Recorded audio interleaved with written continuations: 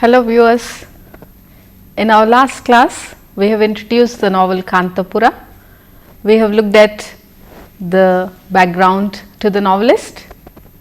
We have seen the importance of the preface to the novel and we have analyzed the events in the novel. In this part we are going to look at the various characters in the novel. We shall examine the narrative style in the novel and also see the Gandhian struggle for freedom as presented in the novel.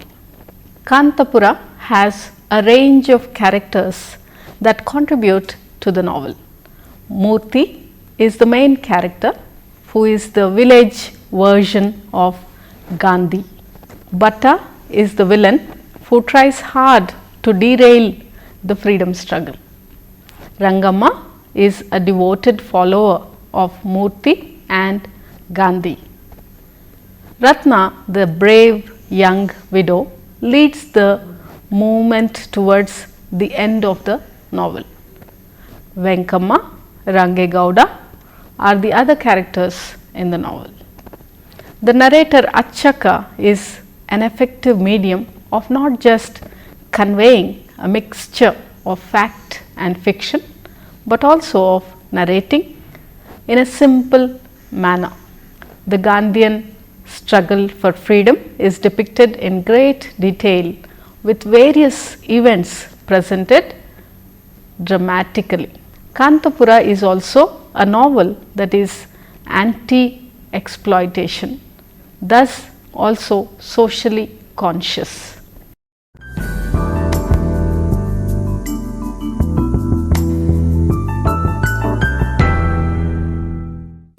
Murthy. The author Rajarao seems to have projected his own self through the character of Murthy, and according to C.D. Narasimhaya, considering the circumstances and the temptations, the identification of the young author with the young Murthy appears to be inescapable, inevitable. But still, the character is saved mostly due to the novelist's integrity as a man and as an artist, which has asserted itself. It requires immense courage on the part of the novelist to make this idealized character to react the way he does in Paraya Rachana's house. Also, Murthy's capacity for action, which comes rather as a surprise in a visionary like him, saves his character. Rajarao portrays a gradual growth in the character of Murthy through the novel on every front, be it religious or social or political. At the beginning of the novel, he is shown as a Hindu, a devotee, almost a religious fanatic, but conversion occurs after he goes to Paraya Rachana's house from a young man crying out Sivahom, Sivahom, to Murthy refusing to change the holy thread after returning from the Paraya quarters is no sudden conversion, and the novelist succeeds in depicting this in a picturesque detail. The growth on the social front is intimately connected with the religious one, as Murthy becomes a Hindu in the best sense of the word only after returning from the Paraya quarters. From being a Gandhian at the beginning of the novel to becoming a follower of Nehru at the end of the novel. This is a political growth that occurs in him. At the beginning of the novel, the narrator hints at the relationship between him and the young widow, Ratna. But this romantic interest does not develop as might have been expected, and in fact dies after his fasting in the temple. So there occurs a gradual growth in his character. Murthy cannot be called a true leader as he does not initiate anything and just follows the orders of Gandhi and other leaders. Thus, in short, we can call him as a man of ideals rather than ideas.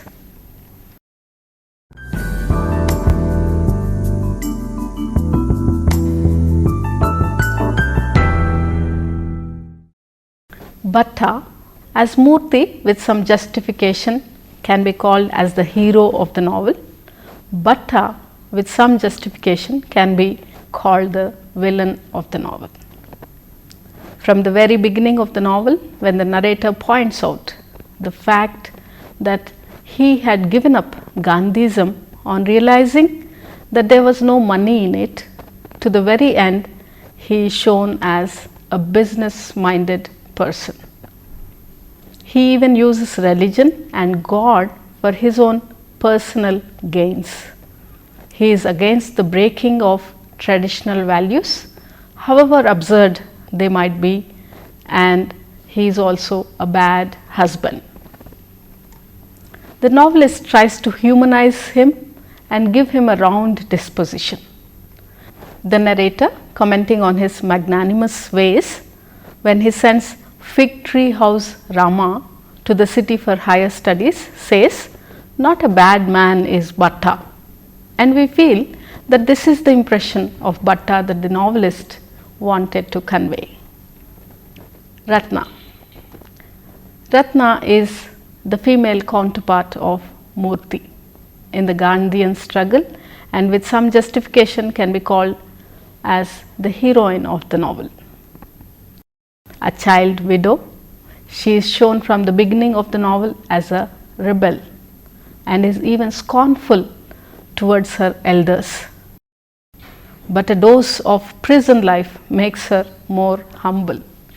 The narrator hints at an affair between Murthy and her at the beginning of the novel, but does not develop it. Ratna, after she is initiated into politics by Murthy, takes an active part in the freedom struggle and even leads the Kanthapurians when Murthy is in jail. Patel Range Gowda, called the Tiger of Kanthapura, is a strong character, being the ultimate authority in Kanthapura and supporting Murthy till the end. Rangamma is one of the only few educated women in Kanthapura who helps the uneducated people to know more of the world. She leads Kanthapura after Murthy's arrest. Waterfall Venkamma, so called because of her ever ready tears and accusations, represents the petty and jealous villager who cannot think for the greater good.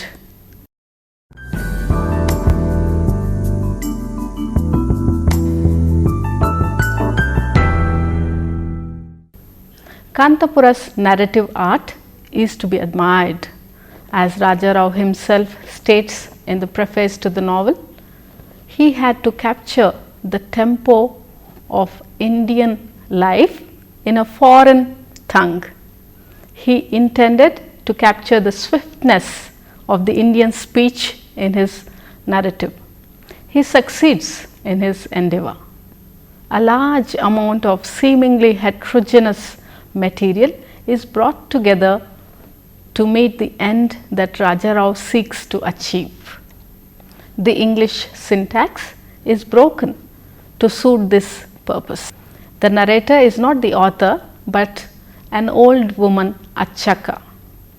She has been involved in the events that she narrates and recalls to a newcomer. In her memory, some events are blurred while some are heightened.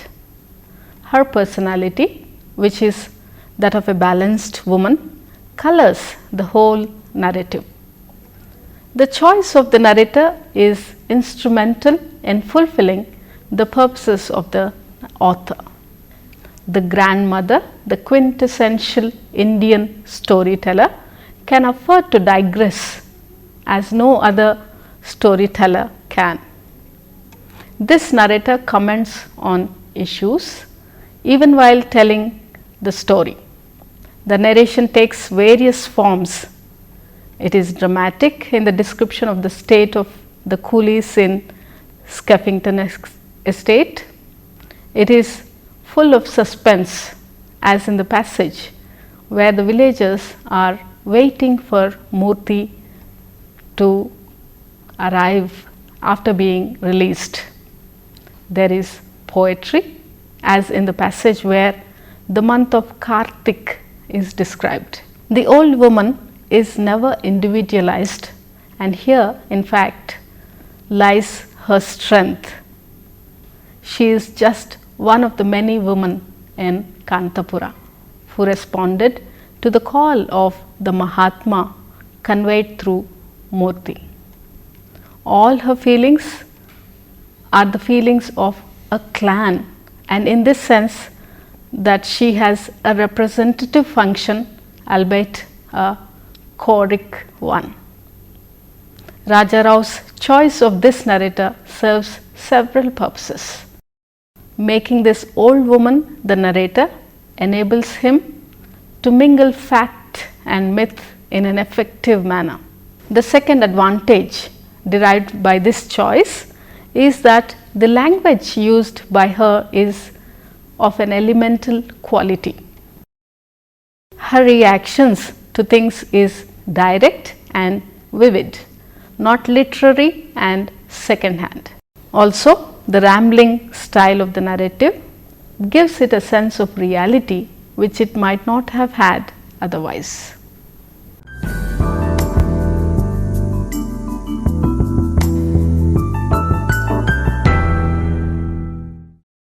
Raja Rao makes use of the mythical technique successfully in Kanthapura, while in the wasteland T.S. Eliot makes use of the mythical technique to criticize the present. Raja Rao uses myth in his novel in order to glorify the present and to render it the dignity of an epic. In this manner, the Gandhian movement is assimilated into heritage as a myth and a legend. This creates a Sthala Purana for Kanthapura. The primary gods of the myth of Kanthapura are Gandhi and Murthy.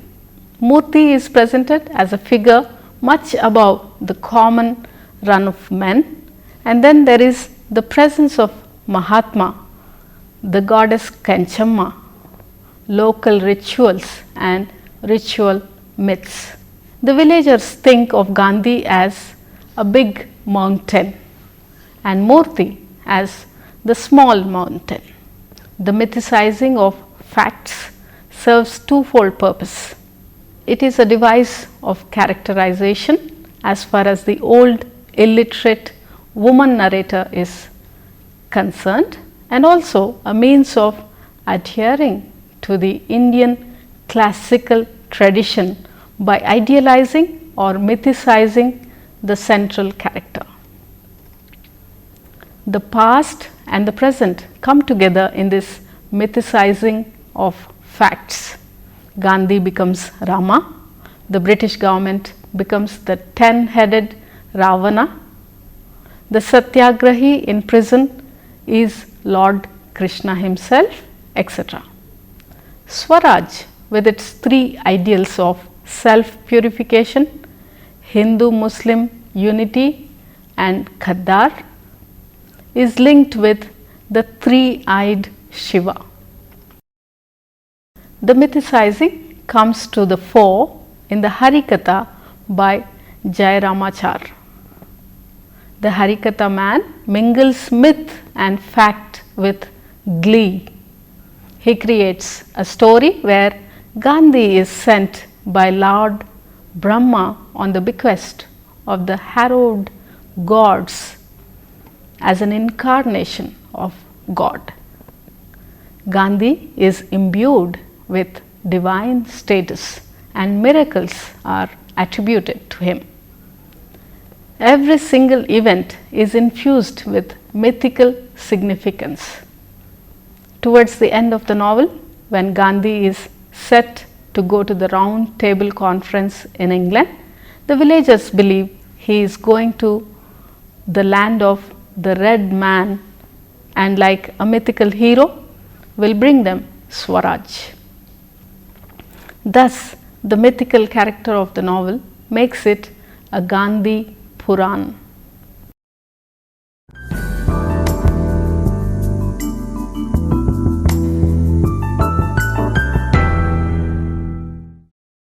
Kanthapura is known for depicting the impact of the Gandhian freedom struggle on a remote and obscure village in India.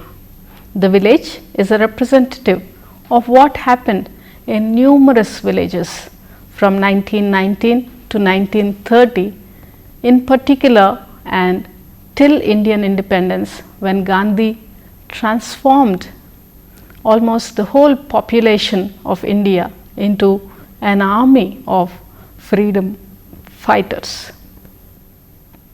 It has been commented upon that there were three strands in the Gandhian movement: the political, the religious and the social, all of which have been woven inextricably into the fabric of the novel. Through the exposition of social reforms such as abolition of untouchability, widow remarriage, the social evils of the age can be discerned. Similarly, the Swadeshi movement of Gandhi is shown to be financially helpful to the villagers. The reader can also see how the religious and the spiritual side of the villagers are used fully for the purpose of ushering in the political freedom. The all-encompassing influence of Gandhi is shown in the conversion of Murthy. Murthy, a student, finds his calling in a vision where Gandhi tells him to lead his people. We do not see Gandhi himself in the course of the novel, but Murthy, Gandhi's follower, is the mini Gandhi in the village of Kanthapura. Even in the absence of Murthy, Rangamma and later Ratna lead the movement. Murthy's shift of allegiance to Nehru by the end of the novel does not change the views of the villagers in general. They still trust Gandhi to bring them the freedom. The various satyagrahas undertaken by Gandhi are mirrored in the movements in the villages. The picketing of the toddy grove, the ban on the toddy shop, the non-cooperation movement heightened by the non-payment of taxes and non-recognition of the government. The parts that describe these read like a thriller. Raja Rao was involved in the Quit India movement in 1942. So, the first person narrative seems authentic. However, he was away from India at the time of the writing of the novel. This gives an objective tint to the novel, which is why he can speak of characters like the old man at the meeting who is suspicious of the outcome of the movement and who speaks of ensuing Ravana Rajyam.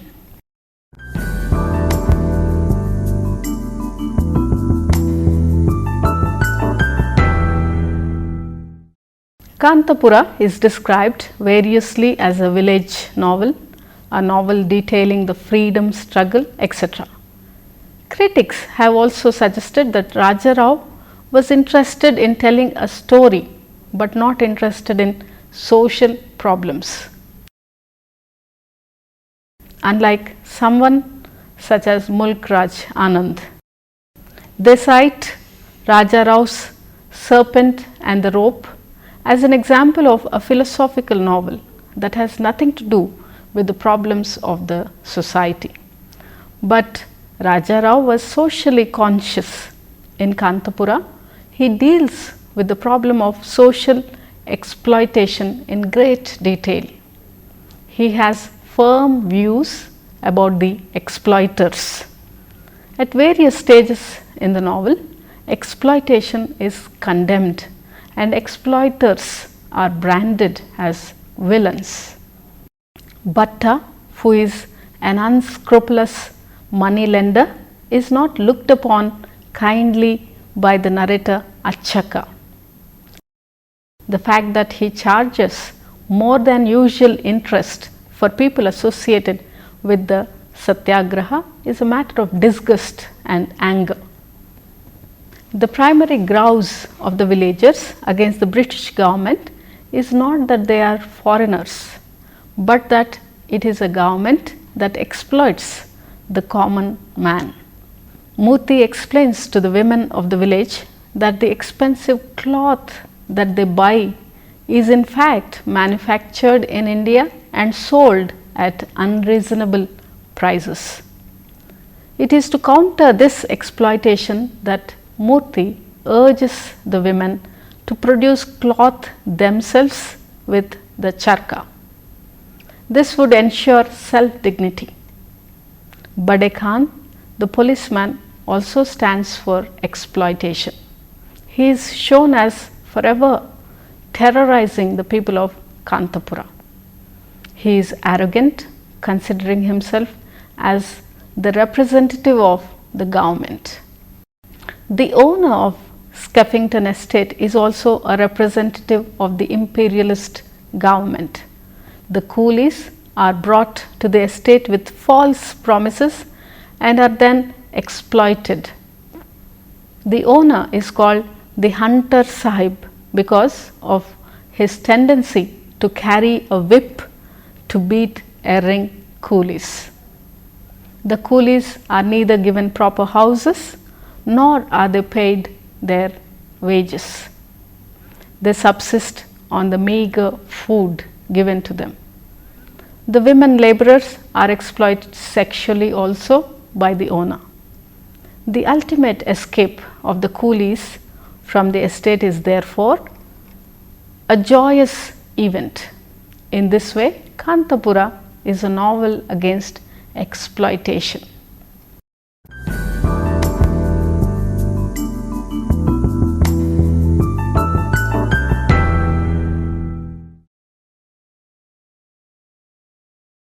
Kanthapura is called a path-breaking novel as it is a verbalization of an Indian's agitation against British rule in India. It presents Gandhian philosophy in full and thus paves a new path for the coming authors to debate on Gandhi and then India. The subject of the novel is something that, apart from showing colonial exploitation and native resistance in the form of a local uprising, exposes the casteist fractures of the native society.